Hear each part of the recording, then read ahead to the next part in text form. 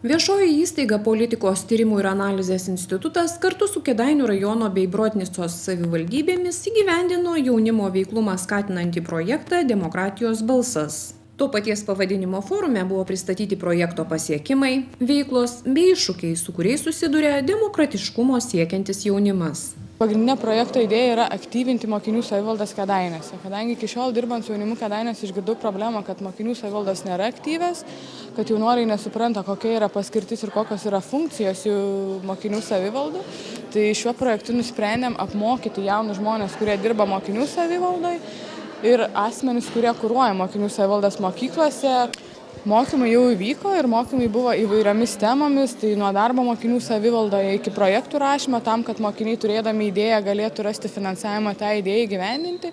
Taip pat turėjom tarptautinius mokymus su Lenkais, su Lenkų atstovais iš Brotnicos miesto savivaldybės. Tai važiavome į Lenkiją pasižiūrėti, kaip Lenkijoje jaunimas dirba, kokias praktikas įgyvendina tenais, pasidalinti gerosiomis, blogosiomis patirtimis, pasižiūrėti, kokios struktūros ten yra, kaip veikia mokyklos, kaip pati mokinių savivalda. Lygiai taip pat dabar Lenkija atvažiavo į Lietuvą, šiandien juos čia pamatysime, tam, kad jie pasižiūrėtų, kaip veikiame mes, galbūt gali perimti tam tikrus pavyzdžius, modelius, kaip dirbti su jaunimu ir integruoti juos Lenkijoje. Kad jaunimas aktyviai dalyvavo, įsitraukė, buvo pasiruošę reikšti savo nuomonę, buvo pasiruošę sakyti, ko reiktų jo mokykloje, kaip tą aplinką padaryti draugiškesnę moksleiviui, ko jie nori matyti mokymo programuose, taip pat ir popamokiniai veikloje. Džiaugiamės, kad šiandien forume dalyvauja ir mūsų svečiai iš Jungtinės karalystės ir iš Norvegijos, nes ten irgi yra įdomių pavyzdžių. Pavyzdžiui, Norvegijoje jau vaikų darželyje yra klausimo vaikų nuomonės, vaikai yra traukti į tam tikrą sprendimų priėmimą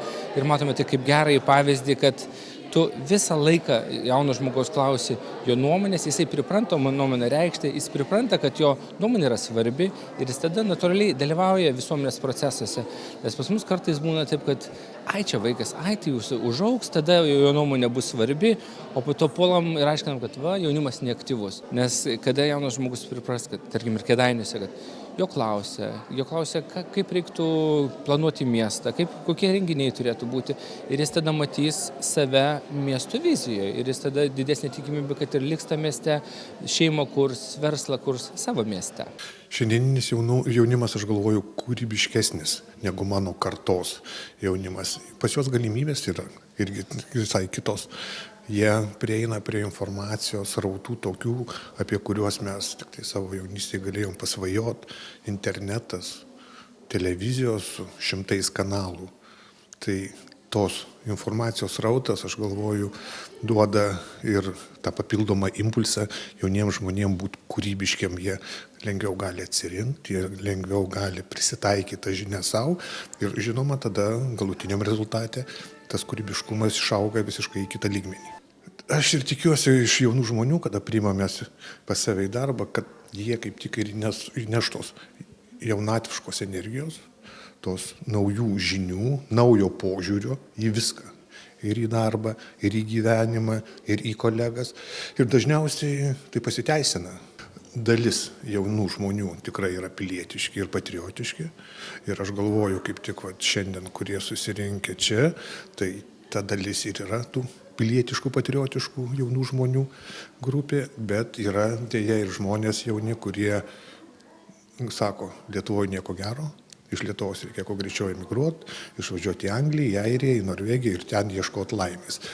Gaila, bet šios dienos aktualios tokios yra ir aš tikiu tik tai, kad tų aktyvių, pilietiškų, patriotiškų jaunų žmonių skaičius didės, o tų, kurie galvoja, kad Lietuva tai ne ta šalis, kuri jiem yra tinkama, mažės. Šėtiškis Jonas Mecelis pasakojo, kad jo kaime yra nemažai jaunimo, tačiau bendrai veiklai bei įvairiems projektams nėra kas juos subūrė. Todėl atvykęs į šį forumą tikisi pasisemti patirties ir suvienyti jaunus Šėtos žmonės. Seniai nelabai rūpi jaunimas, kiek bendruomenės. Pirmininkė pasirūpina jaunimu ir šiuo metu ir tiek. Tų renginių tai nelabai turbūt ir turim, žinokit. Būna gal krepšinio varžybos, futbolas buvo šiemet suorganizuotas per Joninės didelių. Kažką gal būtų galima, aišku, norėtųsi daugiau. Tiesiog gal trūksta, aš sakyčiau, vasarą veiklos, kai daugiau jaunimas ten trinasi vakarais prie visokio centre norėtis kažko.